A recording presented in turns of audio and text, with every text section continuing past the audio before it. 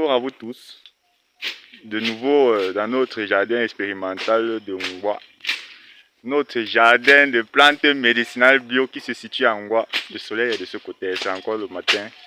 Aujourd'hui nous sommes en présence d'un invité, un nutritionniste qui va essayer un peu de parler d'une thématique très intéressante que nous appelons la supplémentation.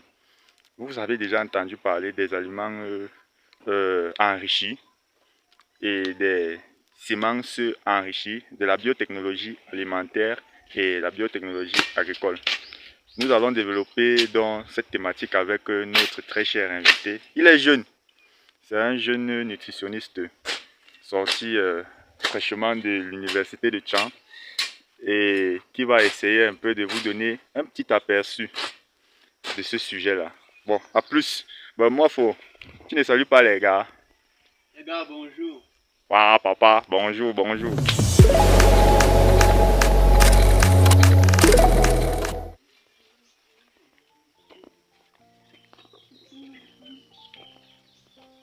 Mais est-ce qu'il y a Mawana, Ngaïti, côté là, Ngaïti, Abé, Achou.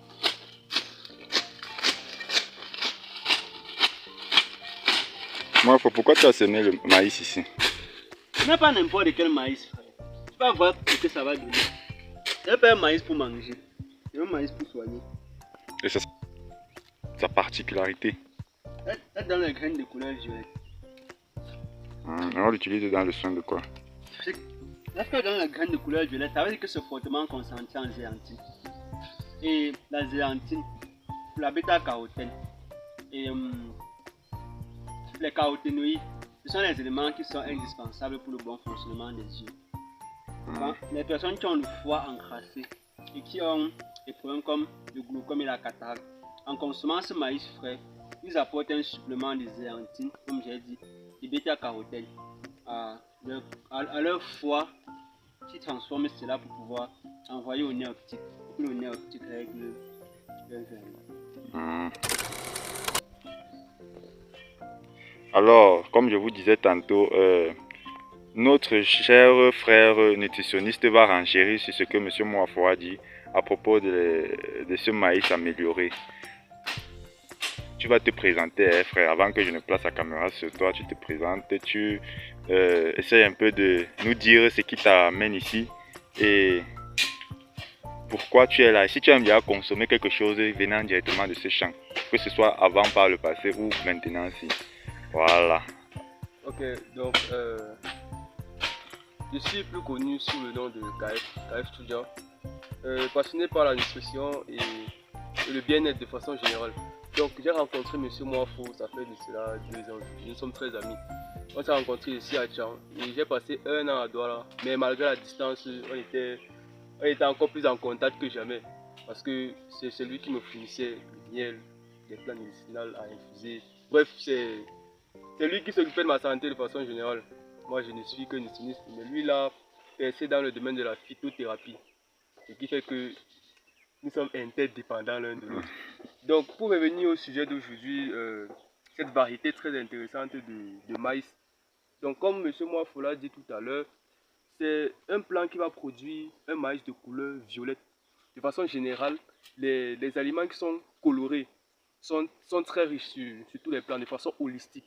Là, il n'a fait que s'appesantir sur l'aspect de l'organe visuel, en fait, et sur le foie aussi. Mais ça peut aussi s'étendre sur presque tous les organes phares du corps. Parce que c'est très important de toujours penser à la supplémentation alimentaire. Parce que si vous observez en société, vous allez vous rendre compte que tout ce qu'on mange au quotidien est à 80% trop pauvre en nutriments. Effectivement. C'est très important de toujours penser à la supplémentation. Sans vouloir t'interrompre dans ton volet, j'aimerais savoir si je ne sais pas si tu connais le phénomène qui se passe avec les supplémentations du riz, les riz enrichis. Et des fois, je vois des gens laver le riz. Ils lavent le riz, ils chauffent un peu d'eau, ils trempent le riz, après ils lavent, ils disent que non, c'est pour enlever la saleté. Absolument, oui. Est-ce que c'est une pratique conseillée? Donc, en même temps, il ne faudrait pas qu'on se place sur un angle particulier pour parler du riz. Pourquoi? Parce que le riz, comme on le sait, dans sa majorité, n'est pas produit localement. Ce qui implique qu'il va falloir un long temps de transport. Et pendant ce long temps-là, le riz peut se dégrader et ne pas arriver en bon état à destination. Raison pour laquelle on va y ajouter des produits dans le but de conserver ces aliments-là. Ce qui fait qu'il est tout à fait important de laver le riz avant de le mettre au feu pour retirer tous ces produits de conservation-là. Maintenant, revenons à la supplémentation du riz. Ce que j'ai eu à faire, c'est de constater que c'est parallèlement similaire au blé, parce que j'ai eu à traiter de blé la farine de blé pendant longtemps, et puis je me suis rendu compte que à chaque fois on met là enrichi en vitamine B9 et en acide folique notamment. Effectivement. Donc après avoir fait certaines recherches, je me suis rendu compte qu'en réalité le blé est censé être riche naturellement en ces éléments-là. Sauf que au fil de toutes les transformations, après avoir malaxé le blé, on se rend compte qu'il a perdu tous ces éléments essentiels là, et puis on vient en rajouter. Et lorsque c'est rajouté de façon artificielle comme ça, c'est vrai, l'aliment peut être riche en ces éléments là, donc vous allez partir au laboratoire, doser ces éléments, vous allez vous rendre compte qu'effectivement c'est là. Sauf que ce n'est pas biodisponible. Ce n'est pas biodisponible justement. Donc vous allez en consommer, mais rien ne garantit que vous allez l'absorber en totalité au niveau de l'intestin, ou bien si vous allez l'absorber tout court, de façon générale. Donc l'idéal serait toujours de, si vous vous rendez compte qu'un aliment est important, s'il est suffisamment supplémenté en divers micro-nutriments, l'idéal serait de le planter, de le cultiver localement, comme l'initiative de l'entreprise NS Bio l'a fait ici à travers son champ agroécologique. D'accord. Waouh, tu vois que tu es percutant, pertinent et pondérant. Ah, moi, faut toujours en train de manger. Là, tu manges quoi? Ça, c'est cook. Cook. Ouais. Exactement, le fruit des raffias. Voilà. Le fruit des raffias. Et je pense que il y a une vidéo qui est sortie dernièrement où tu préconisais aux gens de manger les produits, les plantes de saveur, qui ont une saveur amère, c'est ça? Ouais. Mais est-ce que tu trouves que cette plante, ce fruit-ci a cette saveur-là? Si on veut mettre la saveur amère sur une échelle de 10, ça c'est même 0,1 frère. Ah, baba! Waouh! La NS Bio du bio. Voilà, monsieur Moifo. Pourquoi est-ce que, j'aimerais savoir, pourquoi est-ce que il est important, comme il a dit, de produire localement et de consommer? Qu'est-ce qui fait en sorte que les produits enrichis, hein, quand on les consomme, on ne récupère pas, ou alors il pourrait ne pas avoir un métabolisme direct sur ces éléments enrichis là. Que le corps n'arrive pas à métaboliser ça, n'arrive pas à récupérer ça et à exploiter. Qu'est-ce qui fait? C'est tout simplement parce que ces aliments-là ne sont pas aptes au système de digestion du corps. Mais alors que ces aliments ont quand même ces éléments-là qu'on a ajoutés, comme il a dit tout à l'heure. Les éléments-là, justement, ne sont pas sous la forme qui permet au corps de tirer meilleur profit de la digestion du sang. Et pourquoi? Je prends un exemple simple. Lorsque vous avez la caroténoïde qui est dans la carotte, ça passe par un processus lent et progressif pour être absorbé. Quand vous consommez, quand vous mâchez dans la bouche, ça permet déjà de casser la carotte en morceaux. Et comment est-ce qu'on appelle ça? Les enzymes thermolabiales qui sont dans la bouche font déjà un travail sur ça. Quand ça arrive au niveau de l'estomac, avec l'acide chlorhydrique, c'est le travail qui continue. Et ce travail-là, c'est un travail normal pour l'organisme. Donc, lorsqu'on consomme l'aliment déjà riche, le corps absorbe cela mieux parce que l'aliment n'a pas seulement peut-être la carotène qu'on cherche, mais ça a un complexe d'éléments qui permet au corps de mieux assimiler ça. Il y a des éléments qui vont forcément ensemble. Tu ne peux pas seulement prendre la carotène et tu te dis que tu as comblé ton corps en insuffisance de carotène. Non, c'est biodisponible naturellement dans la carotte parce qu'il y a un ensemble d'éléments qui permet d'acheminer ça jusqu'au niveau de l'absorption qui est l'intestin.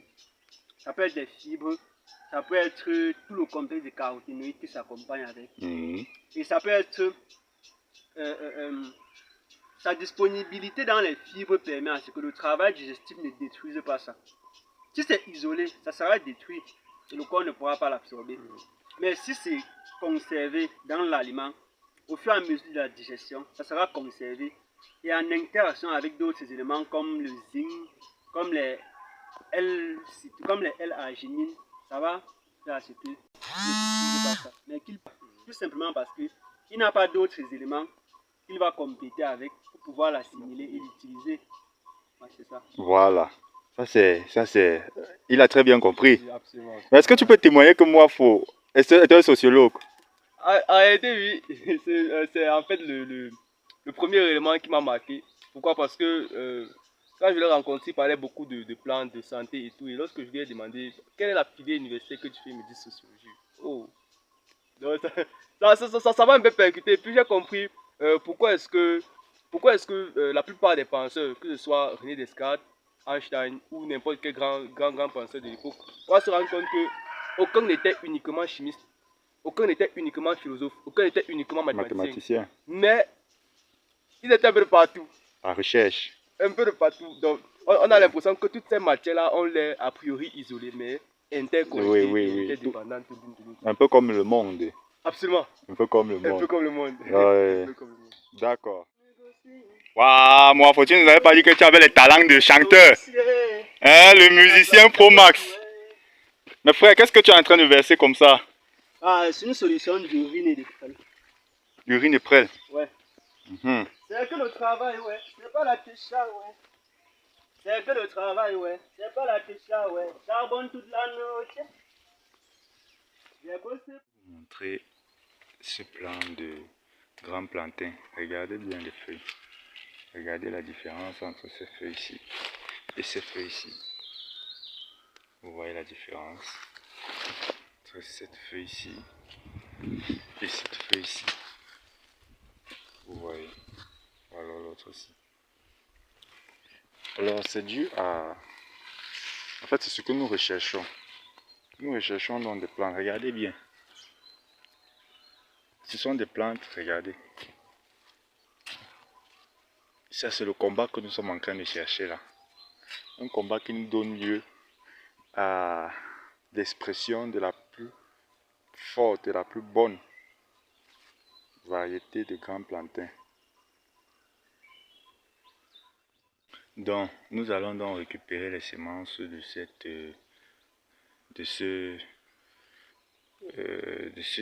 production-ci que nous allons remultiplier. On aura donc un grand plantain qui sera capable de défendre son territoire. Hein. Je vais directement envie de la consommer là maintenant. Comme moi je suis venu seulement ici là pour manger. Moi, on peut faire carrément un petit déjeuner complet ici là. On finit de manger, on ne mange plus de la journée. Hein.